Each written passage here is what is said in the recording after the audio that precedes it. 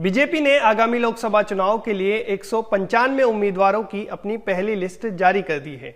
इस लिस्ट में उत्तर प्रदेश के वाराणसी से प्रधानमंत्री नरेंद्र मोदी, गुजरात के गांधीनगर से केंद्रीय गृह मंत्री अमित शाह, लखनऊ से केंद्रीय रक्षा मंत्री राजनाथ सिंह सहित 30 अन्य मंत्री शामिल हैं। 3 पूर्व मुख्यमंत्रियों को भी मैदान में उतारा गया है। असम के डिब्रूगढ़ से सर्बानंद सोनोवाल, मध्य प्रदेश के विदिशा से शिवराज सिंह चौहान और त्रिपुरा पश्चिम से बिप्लब कुमार देव। चलिए आपको हम बीजेपी के उम्मीदवारों की पहली लिस्ट की 3 मुख्य बातें बताते हैं।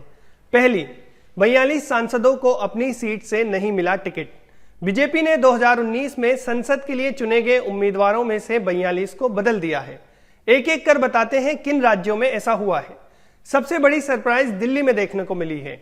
नई दिल्ली में पार्टी ने केंद्रीय मंत्री मीनाक्षी लेखी की जगह दिवंगत सुषमा स्वराज की बेटी बांसुरी स्वराज को टिकट दिया है। पश्चिमी दिल्ली में प्रवेश वर्मा की जगह पार्षद कमलजीत सहरावत को खड़ा किया गया है।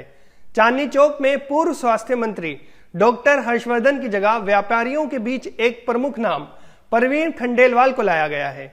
संसद में अभद्र टिप्पणी करने वाले दक्षिणी दिल्ली के सांसद रमेश बिधूड़ी की सीट रामवीर सिंह बिधूड़ी को दी गई है। बीजेपी के सूत्रों का कहना है कि यह प्रवेश वर्मा, रमेश बिधूड़ी और शायद मीनाक्षी लेखी के लिए कोई डिमोशन नहीं है। उन्हें 2025 में विधानसभा चुनाव में उतारा जा सकता है। दिल्ली में अब तक अपनी सीट बरकरार रखने वाले एकमात्र बीजेपी सांसद एक्टर मनोज तिवारी हैं।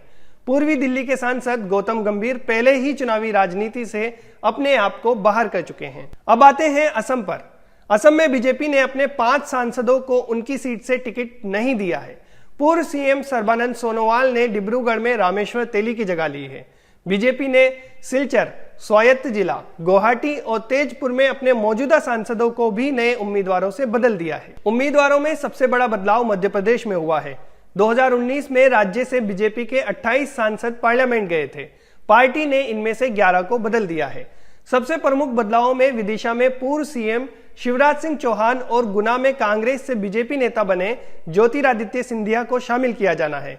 हालांकि रिप्लेस किए गए कुछ सांसदों में वे लोग भी शामिल हैं जिन्होंने पहले ही इस्तीफा दे दिया था और 2023 के विधानसभा चुनाव में विधायक बन गए थे, जैसे नरेंद्र सिंह तोमर। अब बात छत्तीसगढ़ की। सरगुजा, रायगढ़, जांजगीर चांपा, बिलासपुर, रायपुर, महासमुंद और कांकेर। 2019 में इन 7 सीटों पर जीतकर बीजेपी उम्मीदवार संसद गए थे, लेकिन इस बार यहां नए उम्मीदवार दिखेंगे। एमपी की तरह इनमें वे सीटें भी शामिल हैं जहां के सांसद पहले ही इस्तीफा देकर विधायक बन चुके हैं। अगला गुजरात। बनासकांठा, अहमदाबाद पश्चिम, राजकोट, पोरबंदर और पंचमहल से मौजूदा सांसदों को टिकट नहीं दिया गया है। केंद्रीय मंत्री मनसुख मंडाविया अब पोरबंदर से चुनाव लड़ेंगे। झारखंड में लोहरदगा और हजारीबाग से मौजूदा सांसदों को वहां से टिकट नहीं दिया गया है। हजारीबाग के सांसद जयंत सिन्हा ने पहले ही घोषणा कर दी थी कि वह चुनाव नहीं लड़ेंगे और क्लाइमेट चेंज पॉलिसी में करियर पर ध्यान केंद्रित करेंगे। नेक्स्ट, राजस्थान। चूरू, अलवर, भरतपुर, जालोर, उदयपुर, बांसवाड़ा से 2019 में जीते उम्मीदवारों को बदल दिया गया है। अलवर में सांसद महंत बालकनाथ दिसंबर 2023 में राजस्थान विधानसभा चुनाव में विधायक बन चुके हैं। वरिष्ठ केंद्रीय मंत्री भूपेंद्र यादव अब अलवर से चुनाव लड़ेंगे। बांसवाड़ा में कांग्रेस से पाला बदलकर आए महेंद्रजीत सिंह मालवीय को टिकट दिया गया है। कांग्रेस में हाल ही में शामिल हुई ज्योति मिर्धा को नागौर से मैदान में उतारा गया है। पिछली बार बीजेपी ने इस सीट से आरएलपी के हनुमान बेनीवाल का समर्थन किया था, लेकिन इस बार बेनीवाल से गठबंधन संभव नहीं लग रहा है। त्रिपुरा में पूर्व सीएम बिप्लब देव को त्रिपुरा पश्चिम में केंद्रीय मंत्री प्रतिमा भौमिक की जगह टिकट दिया गया है। पश्चिमी बंगाल के अलीपुरद्वार में जॉन बारला की जगह मनोज तिग्गा को टिकट मिला है। जॉन बारला अल्पसंख्यक मामलों के केंद्रीय राज्य मंत्री हैं। अपनी सीट पर टिकट खोने वाले मंत्रियों में मीनाक्षी लेखी, जॉन बारला और प्रतिमा भौमिक शामिल हैं। दूसरा पॉइंट उत्तर प्रदेश को लेकर। मौजूदा सांसदों पर फिर से भरोसा, अजय मिश्रा टेनी को टिकट। बीजेपी ने उत्तर प्रदेश में 50 से ज्यादा उम्मीदवारों की घोषणा की है। अभी तक किसी भी मौजूदा सांसद को हटाया नहीं गया है। पीएम मोदी और राजनाथ सिंह के अलावा यूपी से फिर से बीजेपी टिकट पाने वालों में केंद्रीय मंत्री स्मृति ईरानी, फिल्म स्टार हेमा मालिनी, रवि किशन और दिनेश यादव निरहुआ जैसे सांसद शामिल हैं। बीजेपी उम्मीदवारों में एक दिलचस्प नाम जौनपुर से कृपाशंकर सिंह है। दिलचस्प इसलिए क्योंकि कृपाशंकर सिंह जब कांग्रेस में थे तब वह महाराष्ट्र सरकार में मंत्री थे। केंद्रीय राज्य मंत्री अजय मिश्रा टेनी को लखीमपुर खीरी से फिर से उम्मीदवार बनाया गया है। उनका बेटा आशीष मिश्रा 2021 के किसान आंदोलन के दौरान किसानों को कुचलने का आरोपी है। तीसरा और आखिरी पॉइंट, बीजेपी की पहली लिस्ट में दक्षिण भारत पर खास फोकस। बीजेपी ने केरल से अपने अधिकांश उम्मीदवारों के नामों की घोषणा पहली ही लिस्ट में करने का फैसला किया। शायद इससे उसे उस राज्य में प्रचार करने के लिए पर्याप्त समय मिलेगा जहां वह अपना खाता खोलने के लिए बेताब है। पार्टी के सबसे महत्वपूर्ण उम्मीदवारों में तिरुवनंतपुरम से केंद्रीय मंत्री राजीव चंद्रशेखर है। उनका मुकाबला कांग्रेस के दिग्गज नेता शशि थरूर से होगा।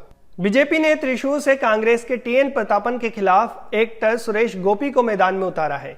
बीजेपी ने वरिष्ठ कांग्रेस नेता ए.के. एंटनी के बेटे अनिल एंटनी को पथनामथिट्टा से मैदान में उतारा है। 195 उम्मीदवारों की पहली लिस्ट में बीजेपी के एकमात्र मुस्लिम उम्मीदवार केरल के मलप्पुरम से हैं, जिनका नाम है डॉक्टर अब्दुल सलाम। तेलंगाना में भी बीजेपी ने अपने वफादारों और दूसरी पार्टियों से आए दल बदलुओं के बीच संतुलन बनाया है। पार्टी ने करीमनगर से बंदी संजय, सिकंदराबाद से केंद्रीय मंत्री जी किशन रेड्डी और निजामाबाद से धर्मपुरी अरविंद को फिर से उम्मीदवार बनाया है। पार्टी ने पूर्व बीआरएस नेता बीबी पाटिल को जहीराबाद से, एटाला राजेंद्र को मलकाजगिरी से और पी भरत, जो पूर्व बीआरएस सांसद पी रामुलु के बेटे हैं, उन्हें नगर कुर्नूल से मैदान में उतारा है। चेवेल्ला से बीजेपी ने पूर्व कांग्रेस नेता कोंडा विश्वेश्वर रेड्डी को टिकट दिया है। पूर्व बीआरएस नेताओं का चयन बीआरएस को दबाकर पीछे करने और राज्य में सत्तारूढ़ कांग्रेस के खिलाफ मुख्य विपक्ष के रूप में उभरने की बीजेपी की योजना को दर्शाता है।